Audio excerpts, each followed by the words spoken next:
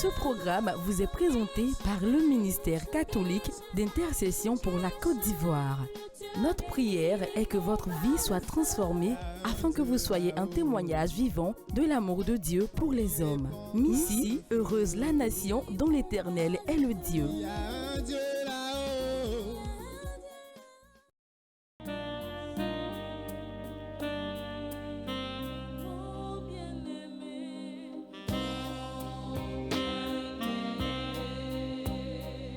Saint-Esprit que tu vas apprendre à le connaître.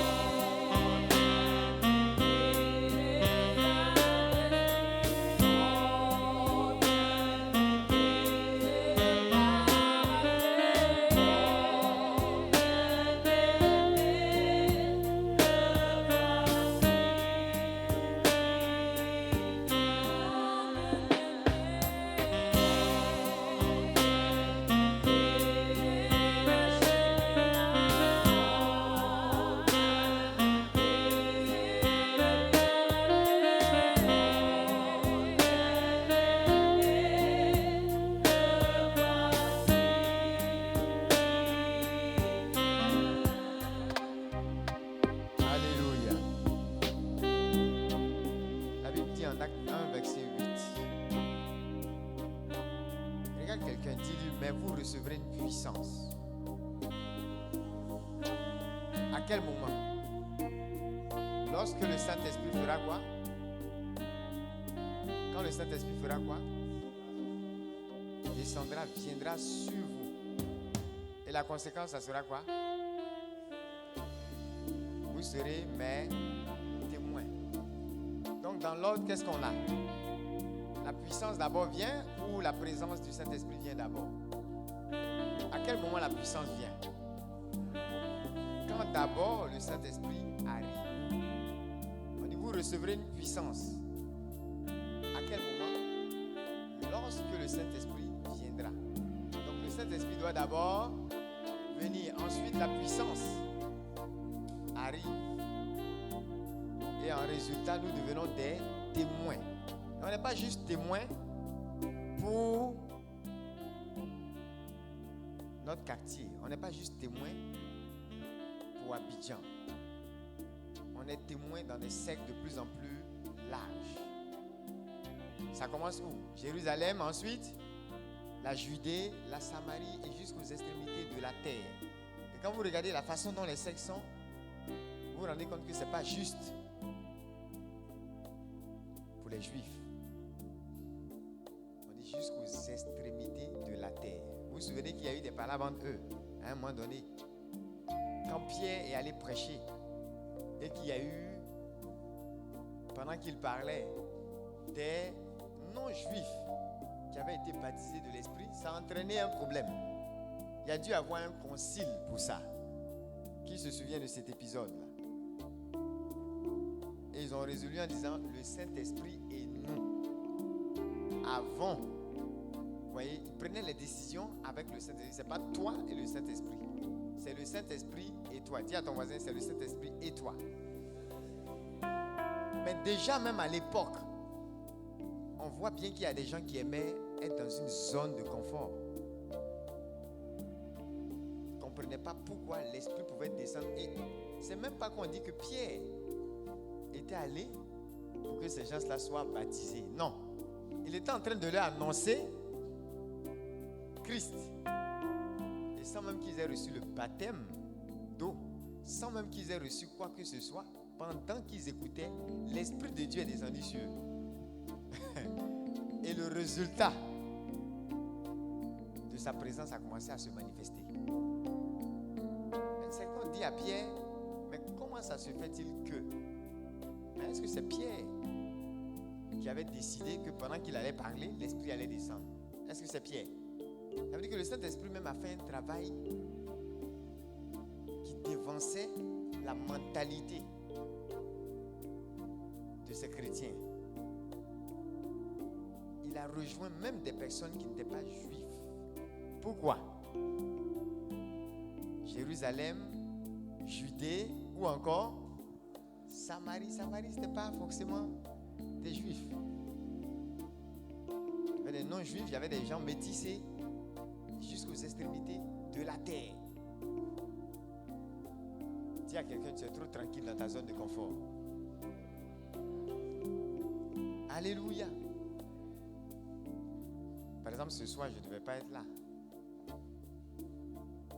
Parce qu'on arrive dans le mois de la prière. Donc, on va tous entrer en brousse. Alléluia.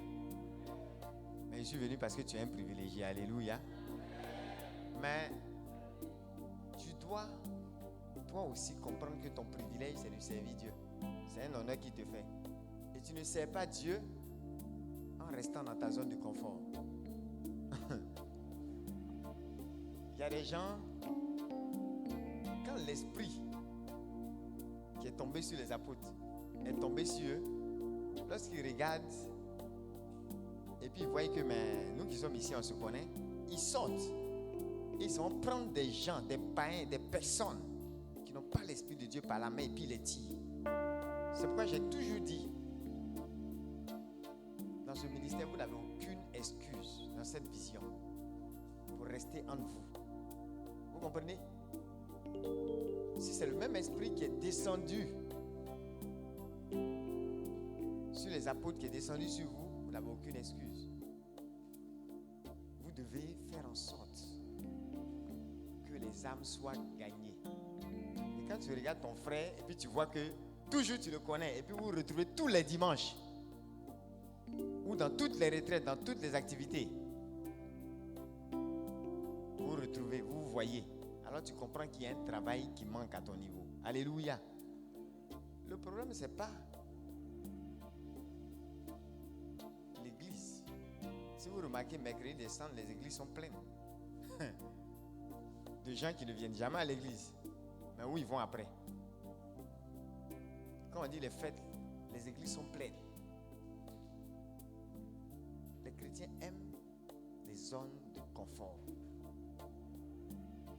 Et tu dois comprendre, tu vas prier ce soir pour dire au Saint-Esprit de te rendre aussi bouillonnant que ses premiers disciples l'étaient. Est-ce que tu es prêt? Fais comme ça.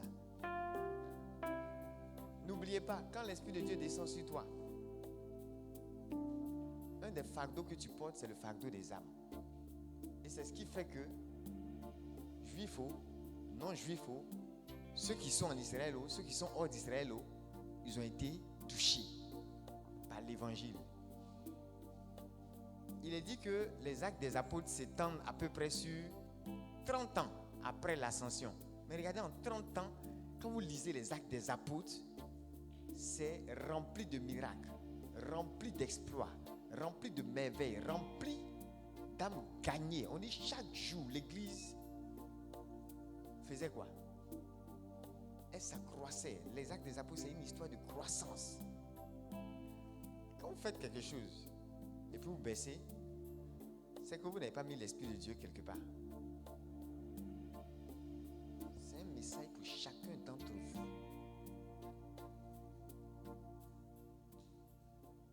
Alléluia. Vous avez l'obligation autour de vous, chaque jour, chaque semaine, chaque mois, de vous assurer que vous en rajoutez à l'église. Les disciples étaient gagnés. Des personnes étaient gagnées chaque jour et venaient se rajouter à quoi? À l'église. C'est une histoire de croissance. Alléluia.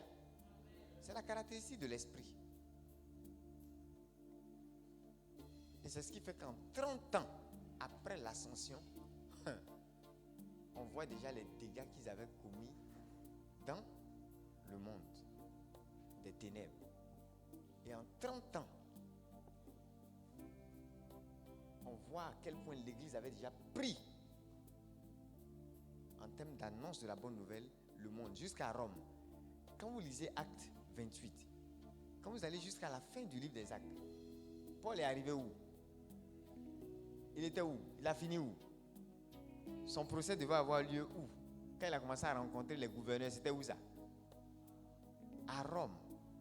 Ça veut dire que, et Rome, n'oubliez pas que c'est Rome qui à l'époque colonisait qui? Ils opprimaient qui? Ils étaient les maîtres de qui? Ils étaient les maîtres sur Israël. Ça veut dire que l'évangile a traversé pour arriver même au cœur de ceux-là qui opprimaient. C'est arrivé où ça ne devait pas arriver. Dis amen fort, tu ne m'as pas compris. Ça veut dire que c'est quelque chose qu'on ne pouvait pas contenir, qu'on ne pouvait pas cacher. Amen. Et même devant les gouverneurs, il a fait quoi? Il a prêché jusqu'à il y a un qui dit, mais il reste un peu, tu vas me persuader de devenir chrétien. Et Paul répond quoi? Il dit même aux gouverneurs, aux politiciens, à tous ceux, il dit oui, vous qui m'écoutez là, je souhaite que vous deveniez comme moi. En fait, vous allez devenir comme moi, à l'exception des chaînes que je porte. Dis amen. Ça veut dire que Paul a communiqué partout. Et même le livre des Actes finit sur une note d'espoir. Parce qu'on dit qu'il avait une grande liberté pour annoncer l'évangile. Ça veut dire que même en prison, en attendant son procès, gardien haut. Et toujours, quand Paul est en prison, il y a des âmes qui sont gagnées et la puissance de Dieu est manifestée. Parce que quand tu as l'onction, tu peux arriver dans une prison, mais ça ne veut jamais dire que tu es prisonnier. Alléluia. Tu arrives dans la prison comme un libérateur. Dis amen. Jamais comme un prisonnier. Il y a une différence. Dis à quelqu'un, tu es fait pour libérer les captifs. Regarde ton voisin, dis-lui. C'est l'un des résultats de l'onction. Tu n'es pas fait pour être captif. Donc on peut t'envoyer dans une prison. Ça, ce n'est pas le souci. Le problème, c'est qu'est-ce que tu y fais. Le monde dans lequel tu es peut être une prison. Ce n'est pas le problème. Qu'est-ce que tu y fais? Dis à quelqu'un, c'est ça le problème. Il y a quelqu'un qui a l'onction ici? L'onction a des résultats. C'est pourquoi je vous dis d'étudier Ésaïe 61. Si vous remarquez que votre vie ne ressemble pas à Ésaïe 61, entrez en bourse. Le mois de juin, là, c'est ce qu'on va faire. On va dès demain ici dedans. Alléluia. Donc quand je dépose le micro, ce soir on va prier. Ok? Je vais vous partager brièvement la suite de ce que je suis en train de dire et on va prier. On va dire au Saint-Esprit ce qu'on veut. Et ce qu'on veut, on va lui dire, on veut ce que tu veux. Et à partir de ce soir, tu vas apprendre à être changé en une autre personne. Dis amen. Parce que l'onction, c'est ce qu'elle fait. Et tu dois avoir honte de toi en tant que chrétien. Si tu portes ce nom, et puis tu ne produis pas les résultats du nom que tu portes, vous n'allez jamais voir un président sérieux, une autorité sérieuse, laisser son enfant qui porte son nom et on sait que c'est ton fils aîné de surcroît, qui est ton héritier, se balader partout pour dire il n'y a pas de travail, il n'y a pas de travail. C'est pas ce que les chrétiens font. Comme si dans l'onction, il n'y a pas de prospérité. Faux. L'onction, ce n'est pas pour faire les cascades dans les prières. Cascades, on est très fort dans ça. On a fait des prières où l'onction est descendue. Il y a des gens même qui n'ont pas entendu le message. Dès qu'ils sont entrés dans la salle, ils sont retrouvés à terre. Sans avoir entendu de quoi on parlait. C'est-à-dire qu'ils ne savaient même pas de quoi on parlait. Ils n'ont rien compris. D'autres même passent. Ça, on est fort dans ça. Mais j'ai horreur d'une chose. Je dis, quand tu tombes et tu vas dehors et puis ton Goliath ne tombe pas, tu as une honte. Et il faut arrêter ça. Il faut apprendre à respecter l'onction. Parce que l'onction vient pour délivrer. Vous pouvez voir quelqu'un tomber sous l'onction. Et vous êtes tellement habitué à ça, mais vous ne vous rendez pas compte qu'il y a certainement un Goliath qui vient de tomber dans sa vie. Vous ne savez plus faire la différence. Quand moi je prie pour des personnes, je sais dire qui est en train d'être libéré, qui est en train d'être délivré, qui est en train d'être guéri. Et dans la guérison, qui est guéri d'une blessure intérieure ou qui est guéri d'une maladie physique. Dans tomber là, il y a tout ça. Qui tombe pour recevoir quelque chose qui va l'emmener à être une source de délivrance, de guérison, de miracle. Tout ça là, il y a une différence.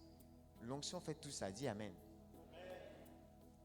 Et derrière chaque manifestation de l'onction, il y a un témoignage. Mais tu es tellement habitué à ça que c'est devenu un jeu pour toi. Ça doit s'arrêter aujourd'hui. C'est le message que je suis venu te passer. D'accord? C'est le message que je suis venu te passer. Et je veux que tu pries déjà ce soir. L'onction a des résultats. L'onction a un but. Quand l'onction vient pour apporter la bonne nouvelle aux pauvres, s'il y a des pauvres autour de toi et qui restent pauvres, tu es une honte pour l'évangile. Ça veut dire qu'il y a quelque chose sur toi qui n'apporte pas de bonnes nouvelles. Mais ce qu'on appelle l'onction, la matière qu'on appelle l'onction, elle apporte toujours une bonne nouvelle aux pauvres. Parce qu'on dit l'Esprit de Dieu est sur moi. Kaïma, ouais, pour faire quoi? Taper les saltos, c'est ça? C'est une honte. C'est une honte. Pour taper les saltos. Et tu finis de taper les saltos. Et la bonne nouvelle n'est pas annoncée aux pauvres. Et les pauvres restent comment? Pauvres. À cause du gouvernement, c'est ça? On va vous chicoter au dernier jour. C'est pas le gouvernement qui va chicoter. Il y a des gens, les uns, ils les attendent à les chicotent pour les fesser. Parce que les gens sont restés pauvres à cause de qui? De toi. La bonne nouvelle était où? Dans ta bouche. Les langues de feu. La Pentecôte se manifeste toujours par des langues de feu. Tu peux ne pas voir ça comme les premiers disciples ont vu. Mais langue. Dis à quelqu'un, tu dois porter la bonne nouvelle. Dis à ton voisin, il y a de la vie au bout de cette langue. Dis, c'est une langue de feu. C'est pas juste descendu sur leur tête, c'est sorti par leur bouche. Dis Amen. Vous comprenez? Ils ont annoncé la bonne nouvelle, mais avec le feu. C'est pourquoi ça arrivé jusqu'à Rome. Et ça a pris le monde. En combien d'années? Quelqu'un disait qu'après 2 siècles, le monde entier avait entendu parler de Jésus. Après 2 siècles. Regardez les exploits de Actes des Apôtres. Actes des Apôtres, ça ne fait même pas 2 siècles. Et regardez vous, avec toutes les onctions que vous avez. Ok, qui ici n'a jamais fait de veillée? Qui n'a jamais fait de retraite? Une seule personne. Qui n'a jamais été à une prière où un homme de Dieu lui a imposé les mains? Pour qui on n'a jamais prié ici, parmi vous là? Même toi qui n'as jamais fait de retraite, on n'a jamais prié pour toi. Voilà, beaucoup de fois même, à gogo. Il y en a qui ont les onctions de tous les serviteurs de Dieu de Côte d'Ivoire. Et en Côte d'Ivoire, on est très riche en serviteurs de Dieu. Très riche en onctions, toutes les onctions. On a dit sur toi, prophète des nations, tant. Où est le résultat? Pas parce que la prophétie a menti, mais parce que ce qui manifeste l'onction là, tu n'es pas dedans. Tu es assis avec l'onction. Au lieu de travailler avec l'onction, c'est la matière du terrain. C'est la matière du terrain. Pourquoi c'est la matière du terrain? Parce que l'Esprit de l'Éternel est sur moi. L'Esprit de l'Éternel est sur moi, ça veut dire quoi? Sa présence est là. Produisant quoi? Sa puissance. C'est toujours sa présence avant quoi? Sa puissance. Comme en Acte 1:8. Vous allez recevoir la puissance à quel moment? Quand l'Esprit viendra. Donc c'est toujours la présence d'abord qui cause quoi? L'arrivée de la puissance. Et le résultat immédiat, tu dois être témoin. Alléluia. Et la Bible dit que quand tu es témoin, il y a des signes qui t'accompagnent. Donc s'il y a des pauvres autour de nous et qui n'ont pas de bonnes nouvelles, comment ils vont être transformés en personnes prospères? Et je parle de la pauvreté à tous les niveaux. Donc c'est ta responsabilité, ce n'est pas celle d'un gouvernement. Tu es plus à blâmer que n'importe quel politicien de la terre. Eux, on ne les appelle pas sel de la terre ou lumière du monde. Qui on appelle sel de la terre, c'est toi. À cause de quoi? De l'onction que tu as reçue, tu peux apporter de la saveur. Dis amen. Pourquoi est-ce qu'on dit que tu es lumière du monde? À cause de cette onction aussi que tu as reçue. Le feu qui est descendu là, et que tu reçois dans toutes les prières ici à Abidjan. Vous avez déjà vu un feu qui n'éclaire pas? Supposons que tout ici soit noir. Et qu'il y ait un feu allumé. C'est ce feu-là qui va te permettre même de distinguer les objets autour et de te repérer. Va dans une jungle, tout est noir. Si tu as un feu, il y a une notion de lumière. Tu peux être éclairé. Tu peux te guider, être orienté ou guider même quelqu'un d'autre. Alléluia. Il y a quelqu'un qui veut changer d'attitude ce soir-là. Même si on prie 10 minutes, c'est bon, il faut aller dormir ça. Réveille-toi, révolté, fâché. Arrête de gaspiller l'onction. C'est pourquoi à des prières, je n'impose plus les mains comme ça aux gens. Oui. Parce qu'ils ne savent pas ce que c'est. Il y a des gens qui reçoivent des miracles à des milliers de kilomètres. Hein? Vous savez ça? Moi, j'ai vu des gens, on a parlé au téléphone, ils ont reçu parler en langue. Toi, tu dors tous les jours, dans ton sommeil, tu parles en langue. Mais quand tu te lèves, tu dis au Saint-Esprit, pourquoi il ne te donne pas parler en langue? Il y a des gens qui sont à des milliers de kilomètres, qui n'ont pas la grâce de nous entendre comme ça. Il y a des personnes, c'est que Dieu te bénisse. Dieu te bénisse là, ça leur donne promotion. Toi, tu es ici, on ne te dit pas que Dieu te bénisse. On t'impose pieds et mains. Tu es stagnant. Pourquoi? Tu ne fais rien avec l'onction.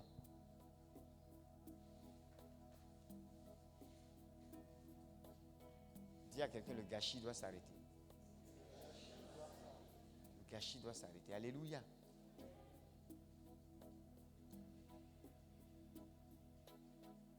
Même dans les assemblées. Les gens aiment des zones de confort. Il y a un homme de Dieu. À un moment donné, il a commencé à prêcher un message que le Saint-Esprit lui a donné. Comme ça dérangeait les gens, il lui a interdit de prêcher dans toutes les églises. Il y avait lui et puis un groupe de personnes. Il était aux États-Unis. Quand il est revenu, il dit, mais il n'y a plus d'église pour prêcher. Mais les frères, je vous oublie. Il allait dehors. Et il a annoncé l'évangile dehors. Vous savez en combien de jours il y avait des gens, combien de personnes se convertissaient? Par milliers. Et puis les gens sont venus lui dire, mais ici là, c'est pas église. Pourquoi tu prêches dehors? C'est dans une église on doit prêcher. Il dit, vous qui me dites ça, combien parmi vous avez 10 000 membres? Ça veut dire quoi? Les gens étaient en train de mourir dehors. Et vous êtes concentrés dans l'église avec toute votre onction. Aujourd'hui même tu veux servir Dieu, mais tu attends qu'on t'invite, c'est pas ça? Hein? C'est pas ça? Toutes vos retraites, même les retraites où vous débordez jusqu'à vous sortez là, ce nombre là, j'ai organisé des activités seul, en invitant chacun. Avec l'onction, c'est possible. Il y a des quartiers où moi j'ai fait porte à porte tout seul. Avant qu'après, peut-être FeedMe ne vienne faire don. Ou bien qu'une entité, j'ai fait ça, ici à Abidjan. Il y a des quartiers où si j'arrive là, on me connaît. Pas en tant que chef de groupe d'Unilever, ex-chef de groupe, ou chef d'entreprise, ou bien président fondateur de Missy, de FeedMe. Il y a des quartiers où on me connaît comme quelqu'un qui a parlé de Jésus, avec des résultats. Amen. Où est la preuve de ton onction? On s'en fout de tes cascades si ça ne produit pas un résultat. Quelqu'un veut se révolter ce soir? J'ai organisé dîner, moi seul. Moi seul, j'ai financé. Moi seul, j'ai invité tout le monde. puis la salle était pleine au Golf Hotel. Tu comprends, non? Si tu joues avec l'onction, beaucoup de témoignages vont te manquer. Si tu prends l'onction pour rester dans une zone de confort, tu vas attendre que les gens viennent. C'est ça votre drame, vous les chrétiens. Parce que Christ a dit allez, vous êtes assis, que les gens viennent. Il a dit quoi? Allez. Et quand tu as l'onction, même quand tu es assis, c'est parce que tu es parti que les gens peuvent, le jour où tu es assis, arriver. Alléluia. Tu vas élever la voix et tu vas dire au Saint-Esprit: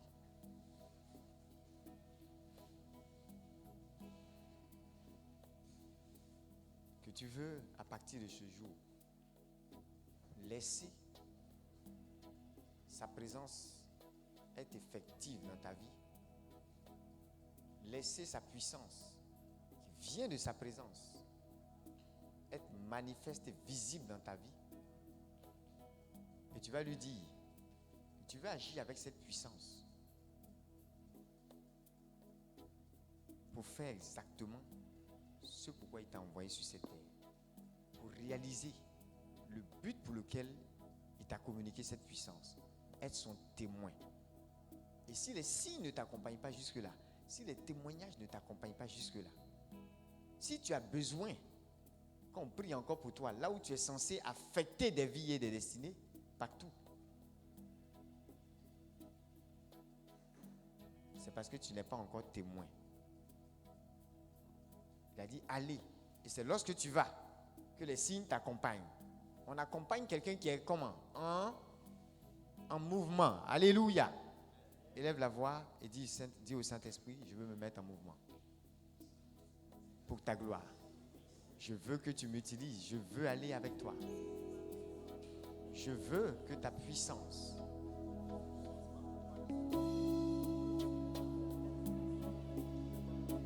soit à l'œuvre dans ma vie. Je veux guérir ceux qui ont le cœur brisé, proclamer aux captifs la liberté.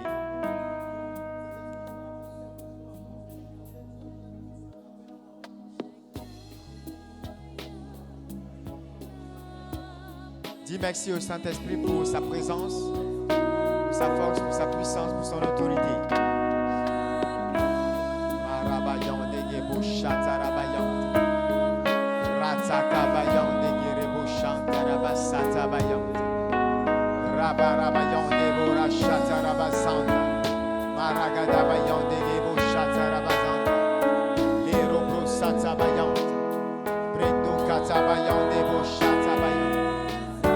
Katabayan debo shatabayan, rasa katabayan debo shata, redo bayan debo shatarabayan, zandebo rakatabayan debo shata, rabashatarabayan, le robo saprada shabarabayan, maragadabayan debo shatarabayan, zambre sete boyan debo shata, maragadabayan. Marachata rabayanta, lero sapradi shereboyanta, redeboshata, marakata bayanta, sarabayante borada bayante geboshata, rabasambro setereboyanta.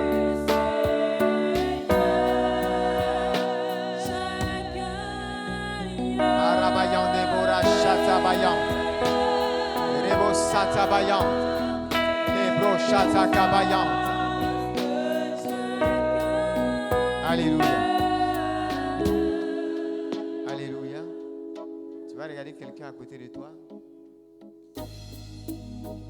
et tu vas lui dire: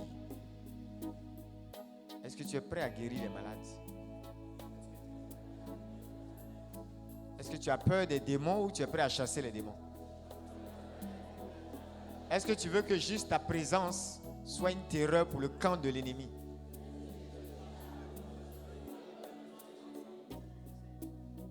Dis à ton voisin: est-ce que tu es prêt à prendre par la puissance de Dieu les plus pauvres, les plus misérables de la poubelle et par la puissance de Dieu les voir être positionnés à la table des rois?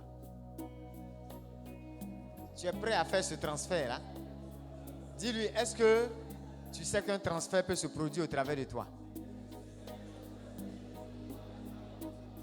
Dis-lui, est-ce que tu veux arriver dans la prison comme un prisonnier ou comme un libérateur des prisonniers? Dis-lui, est-ce que tu es prêt? Est-ce que tu es un consolateur pour ta génération? Non, parce qu'il y a des gens qui se trompent. Ils disent, Saint-Esprit consolateur. Mais le Saint-Esprit consolateur vit où? En toi. Et qui console? Imaginez si les gens qui ont le cœur brisé doivent voir, on dit Holy Ghost. C'est pourquoi il y en a qui n'utilisent pas trop Holy Ghost. Parce que Ghost là, vous savez à quoi ça fait penser, non? Hein? Vraiment, si tu devais voir le Saint-Esprit arriver comme Holy Ghost, peut-être tu as fui. Alléluia.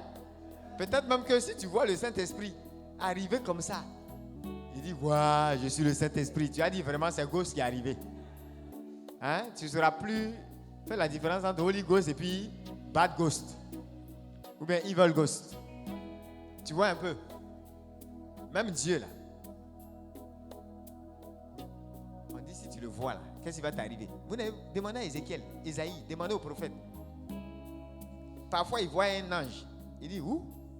J'ai vu Dieu, je suis mort. Il tombe, syncope. On dit, non, mon petit, c'est pas Dieu que tu as vu. C'est un serviteur simplement. Petit ange. Tu n'as rien vu encore. Donc, l'Esprit Saint consolateur là, il va consoler les cœurs brisés là, à travers qui? C'est à travers toi. Toutes les caractéristiques que tu donnes au Saint-Esprit, tu te trompes si tu ne vois pas ces caractéristiques là dans ta propre vie. Parce qu'il vit où? Ne savez-vous pas que votre corps est le temple du Saint-Esprit? Quand certaines jeunes filles entendent ça, elles pensent qu'on est juste en train de leur dire de vivre leur chasteté. Non, on est aussi en train de te dire que ta vie est la maison de Dieu. Que tu es le headquarters du Saint-Esprit. Alléluia. C'est son siège. Si tu veux savoir où se trouve Solibra, tous les soulas d'Abidjan connaissent. Ceux qui ne boivent pas bière savent aussi. Amen. Et il y a Awa aussi. C'est pas ça? Nous tous on sait où se trouve le siège. Quand on cherche Dieu, est-ce qu'on vient avec toi? Alléluia. Est-ce qu'on te prend comme le siège de Dieu? C'est ce que les gens doivent faire. Parce que ta vie est le siège social de Dieu. C'est là que Dieu travaille. Dis à ton voisin, est-ce que tu savais ça? Que tu étais le bureau de Dieu. Chaque matin, il vient au travail. Holy Ghost vient au travail. Amen. Le Seigneur vient travailler en toi et il habite encore en toi. Bureau est mélangé à une maison. Dans toi seul. Dis Amen fort. Donc tu n'es pas n'importe qui. On n'est pas en train de parler simplement de la chasteté, de la pureté. Quand on dit que ton corps est le temple du Saint-Esprit. Mais on est en train de te dire, tu le transportes. Donc tu fais voir au monde ses vertus. Tu rends visible sa gloire. Tu transportes et tu déploies, tu convoies sa faveur. Et tout ce qu'il a comme vertu, comme valeur, se déploie, comme caractère, comme nature, comme personnalité, ça se déploie au travers de toi. Alléluia. Si ça, c'est compris par les chrétiens, et si ça devient une réalité pour eux, le monde va être transformé. Et le monde ne pourra jamais rester indifférent à la puissance de Dieu. Alléluia. Alors tu vas dire une fois merci au Saint-Esprit, parce que sorti de cette retraite, moi je suis là juste pour te dire cette vérité. Les serviteurs de Dieu vont venir demain, après-demain. Mais je te demande, parce qu'il est question du Saint-Esprit, de t'adresser au Saint-Esprit. De ne pas regarder un serviteur de Dieu. Que ce soit l'une des retraites où tu vas apprendre à ne pas être sous couvert de quelqu'un, mais être sous le couvert de l'Esprit. Alléluia.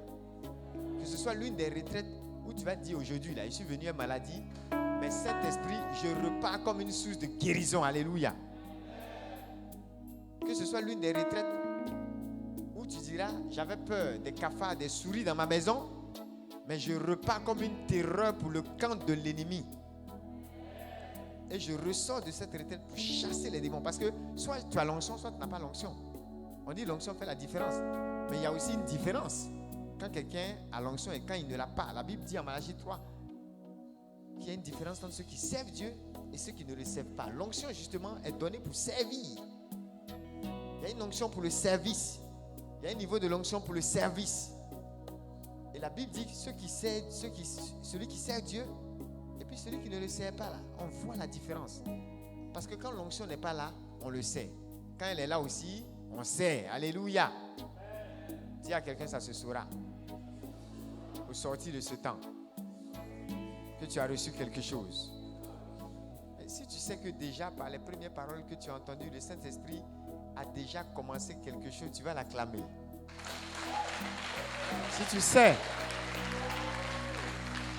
qu'il est pressé d'agir avec toi, tu vas lui donner une forte acclamation.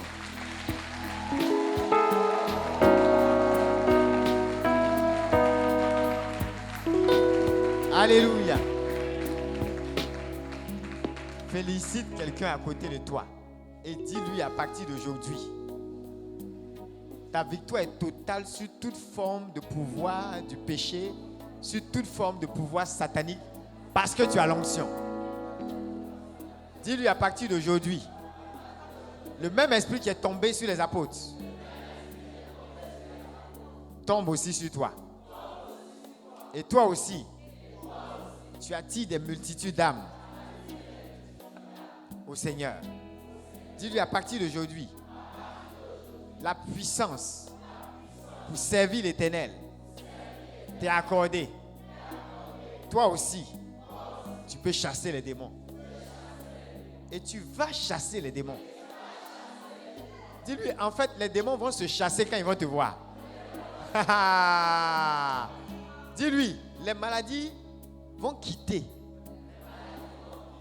Rien qu'en te voyant arriver. Il y a des gens ici, il y a des malades qui ne vont même pas attendre que tu leur imposes les mains.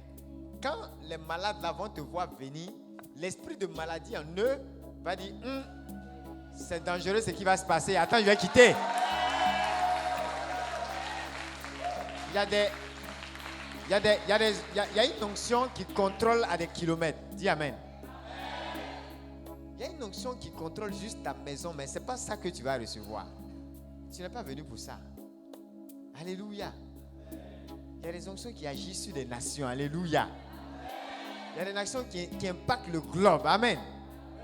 Il y a des serviteurs de Dieu, quand ils arrivent comme ça, à cause du degré de l'onction, il y a un, avant quand il arrivait dans un pays, dès qu'il descend de l'avion, il dit, Satan, apprête-toi à fuir. Parce que Daniel est arrivé. Alléluia. Mais il y a un moment où il ne dit plus ça. C'est-à-dire, il y a un moment où l'onction est montée jusqu'à...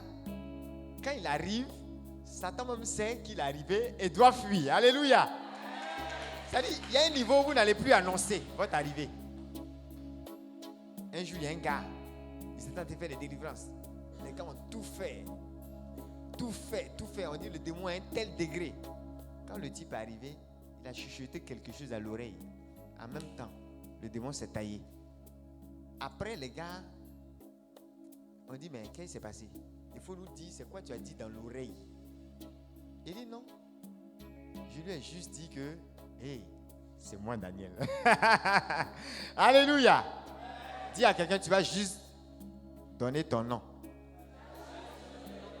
Quelqu'un saura ce qu'il y a dans ce nom. Et il y a un moment où tu ne vas même plus annoncer. Mais ta présence va libérer un rayon de gloire qui va affecter des générations. Alléluia. Est-ce que tu peux féliciter quelqu'un parce que quelque chose est déjà arrivé dans sa vie? Alléluia. Félicite 2-3 personnes déjà. Alléluia.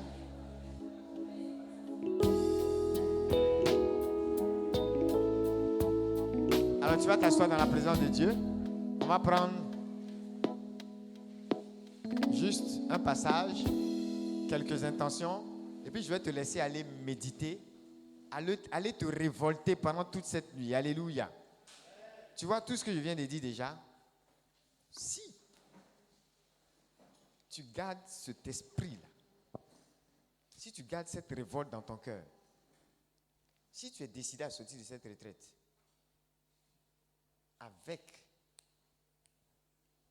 le résultat palpable de l'onction, tu vas voir qu'en fait, tu avais déjà le Saint-Esprit. La manifestation de sa puissance t'avait aussi été déjà donnée, certainement, à beaucoup de reprises. Cela t'a été confirmé. Mais la différence à cette retraite, c'est que tu vas maintenant activer ce que tu as reçu. Pour ceux qui l'ont déjà reçu, tu vas activer cela, mais dans une dimension qui va toi-même t'emmener à te toucher et à te demander si c'est bien de toi qu'il s'agit. Alléluia. Oui.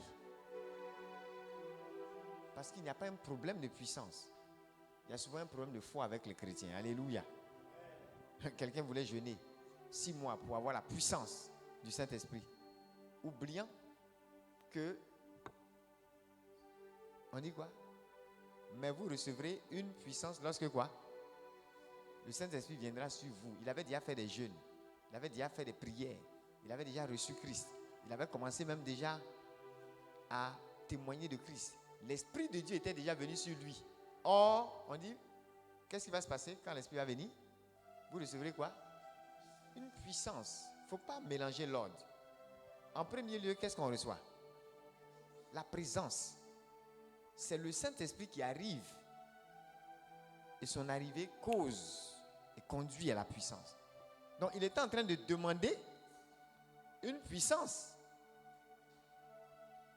oubliant que la présence était déjà là et que la puissance n'était que le résultat de la présence. Il était en train de jeûner, rejeûner, rejeûner. Dieu lui a dit, mais mon petit, la puissance que je t'ai donnée là, tu as fait quoi avec ça? Vous comprenez? Tu as 10 millions. Aucun pauvre autour de toi n'est transformé. Tout le monde a soif. Toi, si tu es propriétaire de la mer, Océan Atlantique, tu es propriétaire. Et tout le monde a soif. Personne n'arrive à se laver. Tout le territoire où tu es sec. Et tu es propriétaire de l'Océan Atlantique. Et tu te mets à genoux. Oh Saint-Esprit, envoie ta puissance. Il paraît que quand tu arrives, les fleuves d'eau vive jaillissent. Le Saint-Esprit il va te dire c'est vrai. Mais tu as fait quoi avec l'Océan Atlantique? Tu n'es pas propriétaire? Les fleuves d'eau vive qui jaillissent de toi, c'est pourquoi? C'est pour arroser. Dieu m'a dit un jour, comment toi, qui ne peux même pas boire ou contenir peut-être 100 litres d'eau, qui dans sa journée boit 100 litres d'eau? Est-ce que 100 litres d'eau fait même une rivière? Même pas, non? Donc il dit, comment toi qui ne peux même pas contenir 100 litres d'eau là? Des fleuves d'eau vive peuvent jaillir de toi. Dis à quelqu'un révélation. Ça veut dire que par l'Esprit de Dieu, quelque chose que tu ne peux pas contenir en temps normal ressort de toi. Ce qui prouve que tu n'es plus par toi-même. Tu n'es plus de toi-même. Tu ne vis plus de toi-même. Il y a une autre capacité en toi. Il y a une autre contenance en toi. Alléluia. C'est surnaturel ça. Si des fleuves d'eau vive peuvent jaillir de toi, ça veut dire qu'un jour tu peux produire la mer. Regarde ton voisin, dis propriétaire de l'Océan Atlantique. Avec ça, il y a la sécheresse autour de toi. Dis voisin, tu n'as pas honte un peu, hein? Shame on you. C'est honteux. Et il se met à genoux, il va prier. Il va prier. Envoie ton fleuve, envoie tes rivières, que tes eaux vivent. Depuis là, ça inonde. Après, il va dire, inonde mon pays. Inonde mon travail. Depuis là, ça inonde. Mais on ne voit pas ce que tu fais à l'Océan Atlantique. Ça jaillit de toi seulement. Gâchis. Quand vous mettez de l'eau dans un verre, vous mettez de l'eau et puis il y a débordement. Ou bien même quand on dit ma coupe déborde, voyez, dans la Bible, il y a beaucoup d'expressions sur le débordement. Le débordement ne veut pas dire que Dieu fait un gâchis. Dieu n'aime pas le gâchis. Le débordement arrive pour affecter les autres. Dis Amen. C'est-à-dire, si tu vois que même l'être humain est soucieux d'économiser l'eau, et puis toi, Dieu fait déborder ton eau jusqu'à des fleuves d'eau vive jaillissent de toi, qui ne peuvent même pas contenir une citerne d'eau. Est-ce que c'est parce que Dieu veut gâcher les choses? Il veut faire un gâchis? Non. Mais qu'est-ce qu'il est en train de faire? Il est en train de te dire, il y a des destinées à sécher. Il y a des territoires à sécher. Il y a des nations à sécher par la maladie, par la peur, par l'incrédulité, par la puissance des ténèbres. Et je vais faire jaillir des fleuves d'eau vive pour arroser le maximum et transformer les déserts en un oasis et l'oasis en une forêt dense. Alléluia. C'est pour ça qu'il y a débordement. Et le débordement est aussi une preuve que là où ça quitte, là, il y a beaucoup encore. C'est vrai, non? C'est pas vrai? Si ce n'est pas juste une rivière, si ce n'est pas juste un verre d'eau qui jaillit de toi, et que c'est des fleuves, qu'en temps normal tu ne peux pas contenir, c'est comme on te dit que l'Esprit de Dieu habite en toi. L'Esprit de Dieu qui se mouvait au-dessus des eaux, qui était là au commencement, qui faisait partie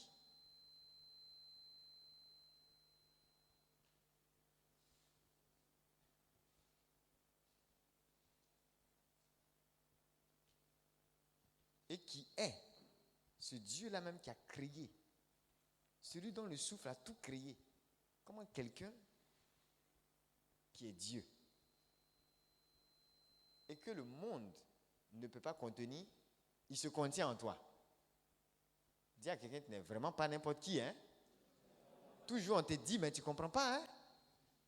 Il y en a quand ils voient certains versets, ils ont l'impression qu'on les condamne.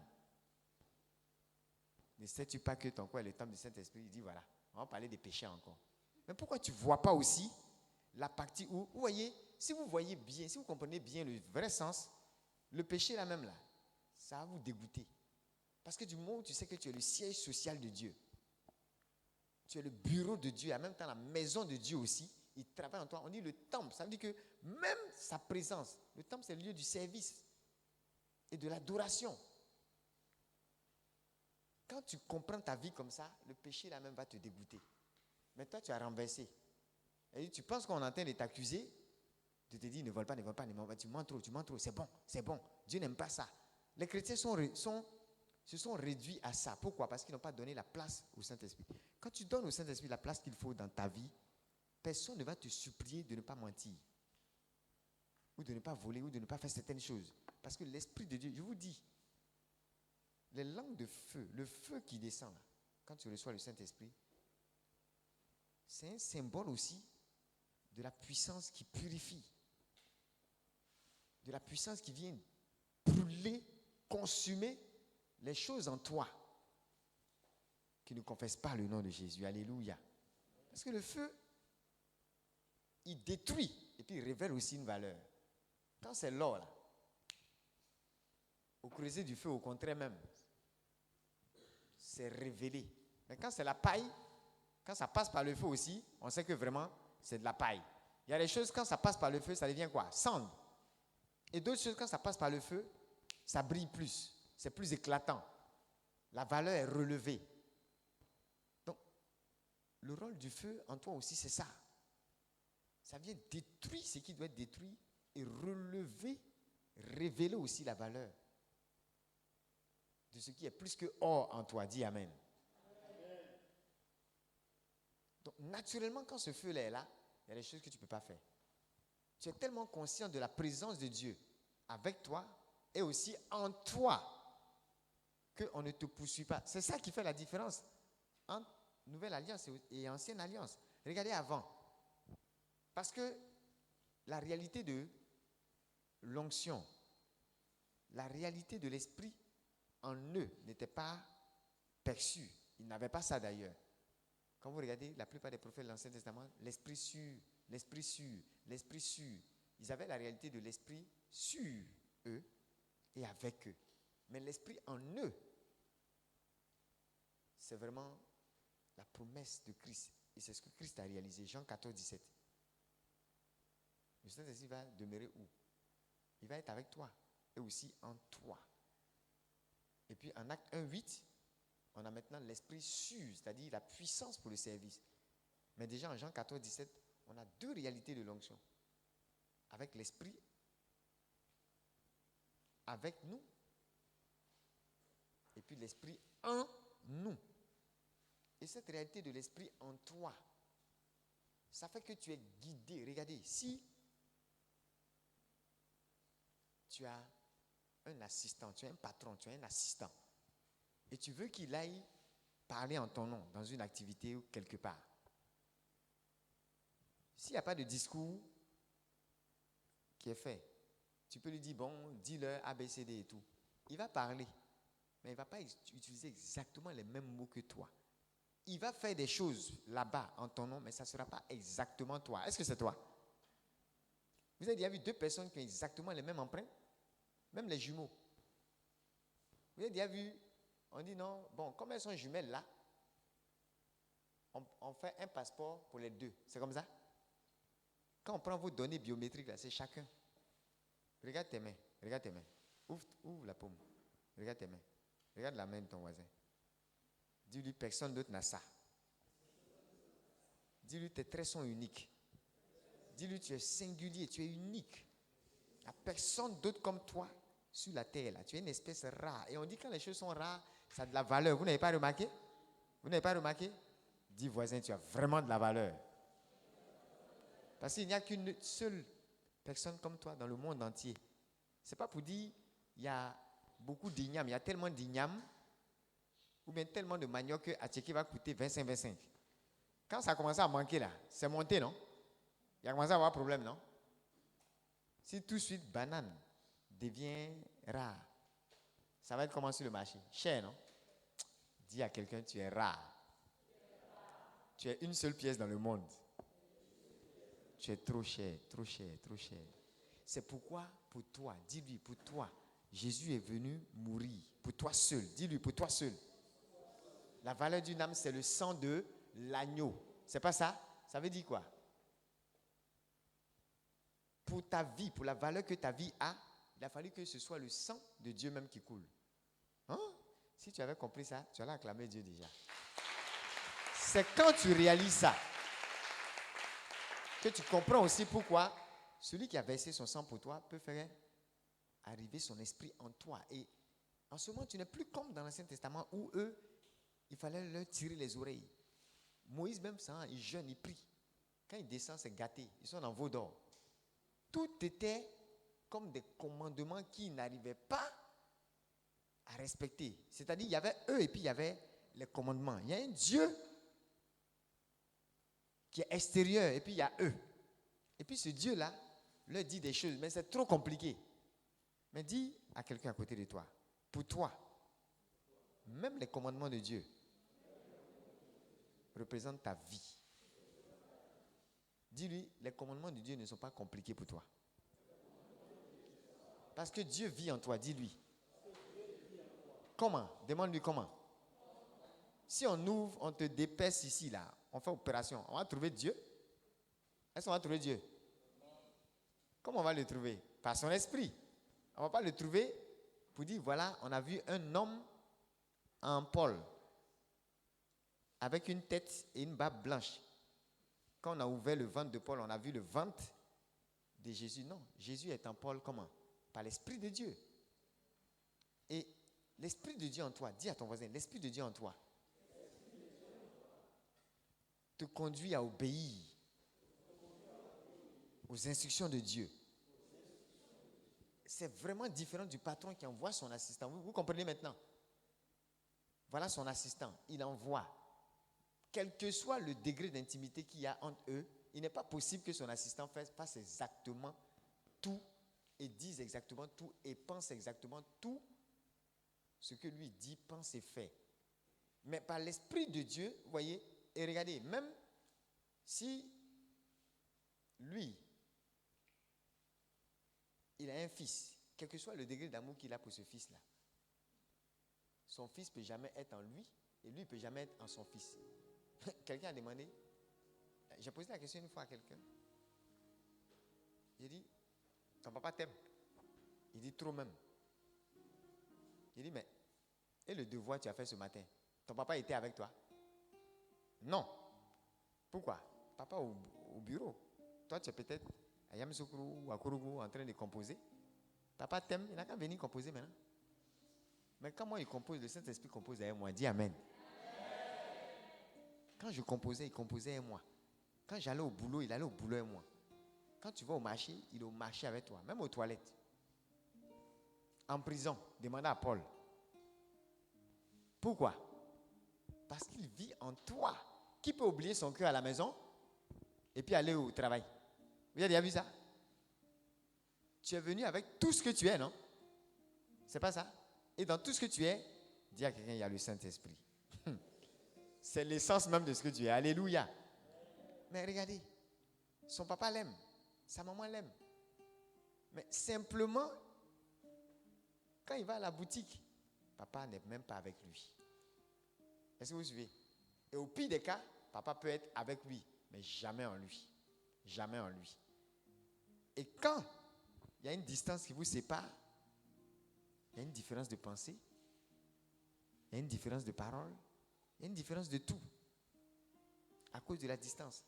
Mais par le Saint-Esprit en toi, les instructions ne sont plus compliquées. Pourquoi? Parce qu'il est en toi.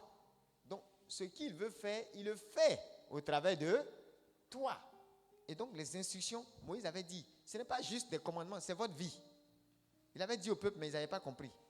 Toi, tu as l'esprit en toi. Il est plus facile pour toi de réaliser cela. Les commandements ne doivent pas être compliqués. Pourquoi? Parce qu'il te guide. Comme en Ézéchiel 36, il dit, je vais les emmener. En Jérémie aussi, il le dit. Jérémie 33. Il dit, je vais mettre mon esprit en eux. Je vais leur donner un cœur nouveau, un esprit nouveau. Et je vais les conduire à respecter mon alliance. Je vais les emmener. C'est pratiquement comme si on dit même qu'il va vous obliger, il va vous conduire. C'est-à-dire que vous n'aurez pas d'autre choix. C'est pourquoi je dis, si certains ont été comme des robots pour l'Esprit de Dieu, ça veut dire que toi aussi, tu peux tout faire que l'Esprit de Dieu veut que tu fasses. Tu as ta liberté, mais tu peux dire comme Paul, je suis prisonnier dans le Seigneur. Et je suis aussi prisonnier du Seigneur. Il y avait souvent les deux expressions. Vous comprenez? Ça, c'est l'Esprit de Dieu qui fait ça. Il dit, par l'Esprit de Dieu en toi, tu es prisonnier dans le Seigneur. C'est-à-dire, tu es barricadé par le Seigneur. Alléluia. Tu n'es pas prisonnier à la Maca, ou bien dans la Maca, mais dans le Seigneur. À ta gauche, c'est qui? À ta droite, c'est qui? Devant, derrière, c'est le Seigneur. Et tu es aussi prisonnier du Seigneur. Tout ce qu'il veut que tu fasses, c'est ce que tu fais. Ils ont demandé à un homme de Dieu qui commettait de grands exploits. Quel était son secret? Il dit, tout ce que le Seigneur me dit de faire, yes Lord. C'est tout ce qu'il s'est dit. Il n'a pas une autre expression. Yes Lord. Oui Seigneur. On s'en va. Lève-toi, 2h du matin, fais ça. Yes Lord. Toi tu as dit oui mais. Regardez même Ananias, pas le Ananias qui est tombé parce qu'il a menti. Hein? Ananias qui a prié pour Saul de Tarse. Quand Dieu lui a dit, il y a un gars qui va venir. Il s'appelle Tata. Tu vas lui imposer les mains. Qu'est-ce que Ananias a fait? Il dit Dieu, est-ce que tu le connais? C'est lui-là même qui persécute, qui tue les chrétiens. Il est dangereux, hein? Il faut me demander, il a été dit. Il était en train, Ananias a commencé à enseigner Dieu. Qui a lu l'épisode?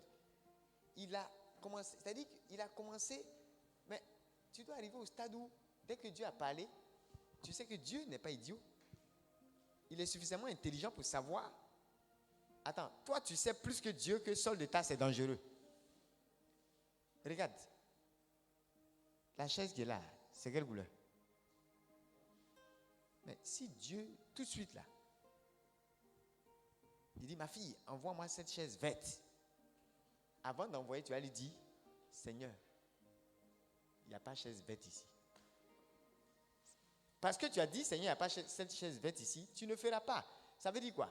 Si Ananias n'entendait pas une seconde fois la voix de Dieu, qu'est-ce qu'il allait faire? Il n'allait pas obéir parce que Dieu lui dit, envoie la chaise verte. Comme elle ne voit que les chaises blanches, elle ne va pas s'exécuter. Et non seulement elle ne va pas s'exécuter, mais elle va discuter. Elle va même préciser à Dieu que non, lui, il n'a pas bien vu. Or, en réalité, il est Dieu, c'est lui qui a fait cette chaise-là. Dis à ton voisin, tu es assis sur la parole. Regarde ton voisin, dis-lui, tu es la parole. Pourquoi? Dieu a tout